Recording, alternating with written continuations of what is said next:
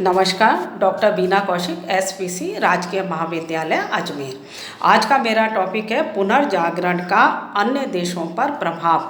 अन्य देशों अर्थात यूरोप के अन्य देशों की कला पर क्या प्रभाव पड़ा, पार्ट 7। हमने पुनर्जागरण के संदर्भ में कला के क्षेत्र में इटली की कला पर क्या प्रभाव पड़ा, ये पिछले पार्ट में पढ़ा था। आज हम पढ़ेंगे यूरोप के अन्य देशों में भी कला के क्षेत्र में जो प्रभाव पड़ा वो किस प्रकार का था। तो उसके अंतर्गत हम देखें, फ्रांस के शासक फ्रांसिस प्रथम ने नवीन शैली पर आधारित अनेक सुंदर भवनों का निर्माण किया। उसने इटली के अनेक कलाकारों को अपने यहाँ बुलाया और उनसे स्थापत्य कला के क्षेत्र में अनेक नवीन भवनों का निर्माण किया। इसी प्रकार से स्पेन के शासक फिलिप द्वितीय का भी इस काल में भव्य भवन का निर्माण हुआ और उसने इटली की स्थापत्य कला के नमूने के आधार पर ही अपने भवन का निर्माण करा। तो इटली की जो स्थापत्य कला है उसने यूरोप की कला को भी प्रभावित किया। इसी प्रकार से हम देखें, इंग्लैंड में सेंट पॉल का गिरजाघर भी इस नवीन शैली के आधार पर निर्मित हुआ। चित्रकला के क्षेत्र में हम देखें तो इटली की चित्रकला का प्रभाव भी यूरोपीय देशों पर व्यापक रूप से पड़ा। जर्मनी में इस कला में अनेक चित्रकार हुए जिन्होंने जर्मन की चित्रकला को विकसित किया है। इसी प्रकार से हम देखें, मूर्तिकला, पुनर्जागरण का मूर्तिकला पर भी प्रभाव पड़ा। अब मूर्तिकला धर्म के प्राचीन बंधनों से मुक्त होने लगी। साधु, सन्यासी या धर्मों के स्थान पर साधारण मानव की मूर्तियां इस काल में बनाई जाने लगी। तो यूरोप के विभिन्न देशों पर इटली की कला का प्रभाव पड़ा और उसी की कला को देखते हुए अन्य देशों में हम देखें कि गौथिक शैली के आधार पर स्थापत्य कला जो विकसित हुई और इसी प्रकार से मूर्ति कला में आम आदमी को जगह मिली और पहले उच्च वर्ग के लोग या धर्म अधिकारियों की ही मूर्तियां बनाई जानी थी, तो उसके स्थान पर आम जनता की या आम जनता से संबंधित चीज़ों की मूर्तियां भी बनने लगी। इस प्रकार हम देखते हैं कि पुनर्जागरण के फलस्वरूप यूरोप में कला के सभी पक्षों का पूर्ण रूप से विकास हुआ। उस काल की कला ने मानव के प्रत्येक पहलू का चित्रण किया।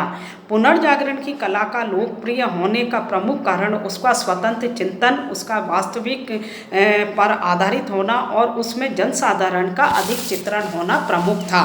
इसी प्रकार से हम देखें, कला के अलावा पुनर्जागरण का विज्ञान के क्षेत्र में भी प्रभाव पड़ा।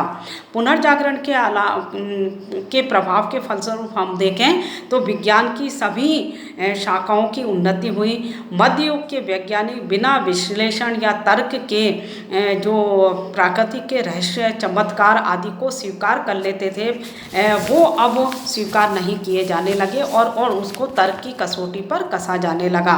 16वीं शताब्दी के जो वैज्ञानिक थे उन्होंने तर्क को प्रमुख माना। पुनर्जागरण के फलस्वरूप नए सिद्धांतों, नए आविष्कारों आदि हुए। इस काल के वैज्ञानिकों को अपने नवीन आविष्कारों के लिए अनेक कठिनाइयों का भी सामना करना पड़ा। तो इस विज्ञान के क्षेत्र में क्या क्या प्रभाव पड़ा या विज्ञान के क्षेत्र में क्या उन्नति हुई, उसमें हम सबसे पहले देखें ज्योतिष और भूगोल के क्षेत्र में। प्राचीन काल में यूनानी वैज्ञानिक टालमी ने यह प्रमाणित कर दिया कि पृथ्वी अचल है और सूर्य उसकी परिक्रमा करता है। 16वीं शताब्दी में पोलैंड के विद्वान कोपरनिकस ने इसके विरुद्ध ये प्रमाणित किया कि सूर्य के चारों ओर पृथ्वी परिक्रमा करती है। तो इस प्रकार से इसी तरह से हम देखें, जर्मन वैज्ञानिक ने गणितीय नियमों के आधार पर कोपरनिकस के सिद्धांत की पुष्टि की। तो कोपरनिकस के सिद्धांत को अधिक प्रमाणित माना जाने लगा। इसी प्रकार से इस काल में दूरबीन का आविष्कार हुआ। विज्ञान के क्षेत्र में हम देखें तो घड़ी में लगने वाले पेंडुलम का भी आविष्कार हुआ, जो कि एक समय को बताने के लिए एक बहुत बड़ा माध्यम था।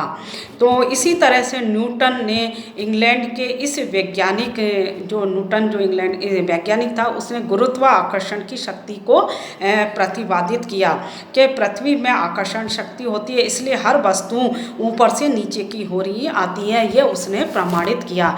तो इस काल में कला के क्षेत्र, साहित्य के क्षेत्र और विज्ञान के क्षेत्र पर भी प्रभाव पड़ा और विज्ञान के अंतर्गत हम देखें तो ज्योतिष और भूगोल पर भी प्रभाव पड़ा और अनेक नए आविष्कार हुए। नए नए वैज्ञानिकों ने खोज की और उन्हें तर्क के आधार पर प्रमाणित करने का प्रयास किया।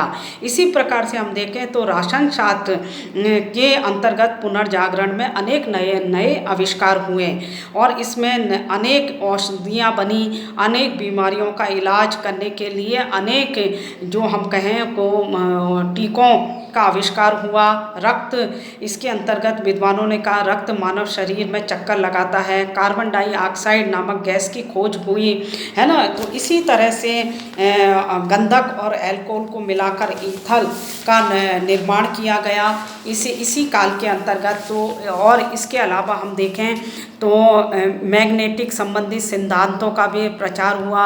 दशमलव प्रणाली का इस काल में प्रचार हुआ और इसी प्रकार से बिजली का आविष्कार भी, उससे मैग्नेटिक संबंधी जो सिद्धांत का प्रचार हुआ उससे बिजली का भी आविष्कार संभव हो सका। इसी तरह से हम देखते हैं गैलीलो ने पेंडुलम का आविष्कार किया जिसके आधार पर आधुनिक घड़ियों का निर्माण हुआ। एयर थर्मामीटर, हाइड्रोटिक बैलेंस का आविष्कार भी इस काल में हुआ। इस प्रकार से विज्ञान के क्षेत्र में भी इस काल में नवीन नवीन आविष्कार इस काल में होने लगे। इसके अलावा हम देखें कि यूरोप पर पुनर्जागरण का अन्य क्षेत्रों पर भी प्रभाव पड़ा, जैसे कि राजनीतिक क्षेत्र। यूरोप में सामंतवाद का पतन होने लगा। राजनीतिक क्षेत्र में देखें तो उनके स्थान पर शक्तिशाली राष्ट्रों का उदय हुआ। दूसरा, राजनीतिक कार्यों में पोप का प्रभाव था जो समाप्त हो गया।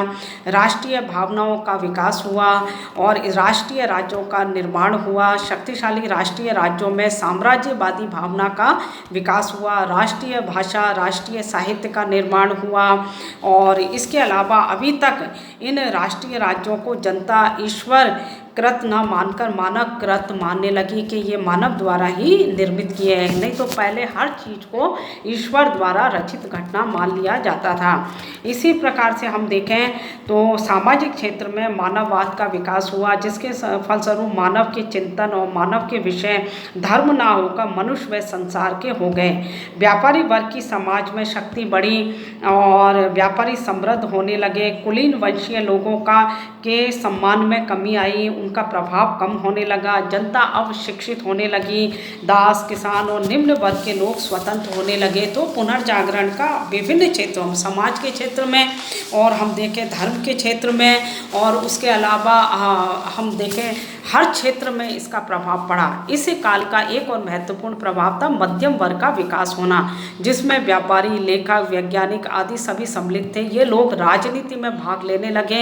ये सभी मध्यम वर्ग के लोग तर्क की कसौटी पर उन्हें कसने लगे। तो पुनर्जागरण का व्यापक प्रभाव पड़ा और सभी क्षेत्रों में ये प्रभाव हमें देखने को मिलता है, जिससे एक नए समाज, नए राष्ट्रों का निर्माण में यूरोप में सहायक सिद्ध होता है। नमस्कार, धन्यवाद।